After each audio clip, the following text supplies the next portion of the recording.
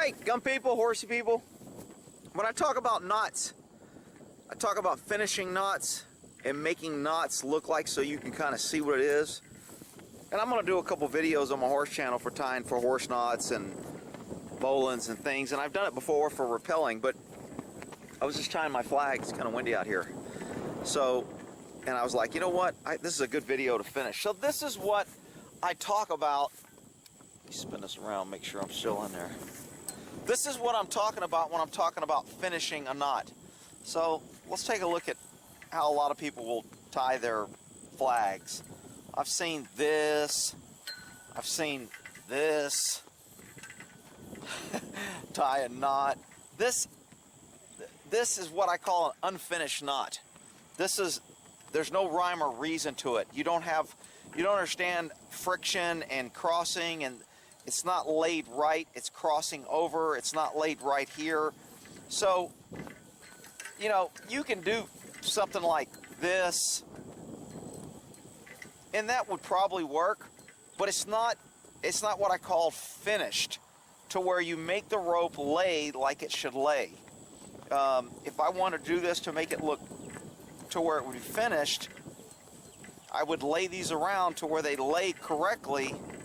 They make all the X's and crossovers smoothly, and that will give me a better, stronger knot because the rope is laying in line. And I talk a lot in different things. It's more probably on my horse channel. I haven't done too many rappelling or anything knots on my gun channel lately. I think I did some on the other channel they deleted. So finishing a knot is making the knot lay what I call right, making the ropes lay. Usually when I tie my, I come in like this, and then I come in behind this rope to get that bite right there.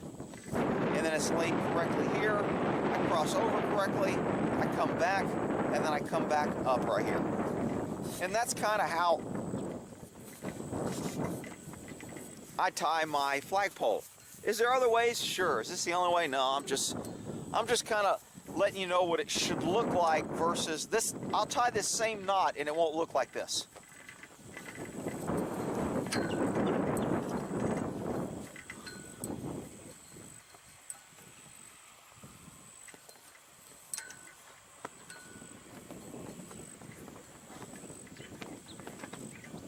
That's the same knot. You see the difference between an unfinished knot and a finished knot? This, because it's not finished, is more likely to slip because it's not as good. Whereas if you finish it, you make your rope lay correctly, you're less likely to get slipping.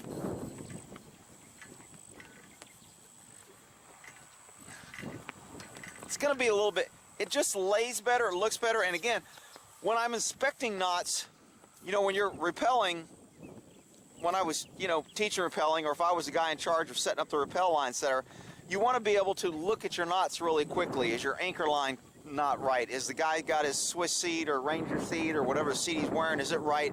Does he have a square knot right versus a granny knot? Is the Prusik knot set up right? So you're looking at all these knots, and you got to be able to look at them at a glance and tell it's right.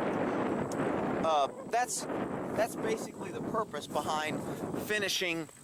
When I use finishing a knot, that's what I'm talking about. Things are laid right, and it'll hold better. You get more contact points because it's not twisted and cross it over.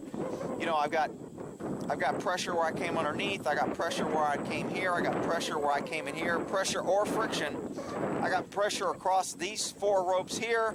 I have a bend here, so I have pressure on this, then I have more pressure coming up through here. So this knot has a lot of different points that has to slip in order for this knot. Now I wouldn't rappel off this knot. I just tie my flagpole with it because it's simple.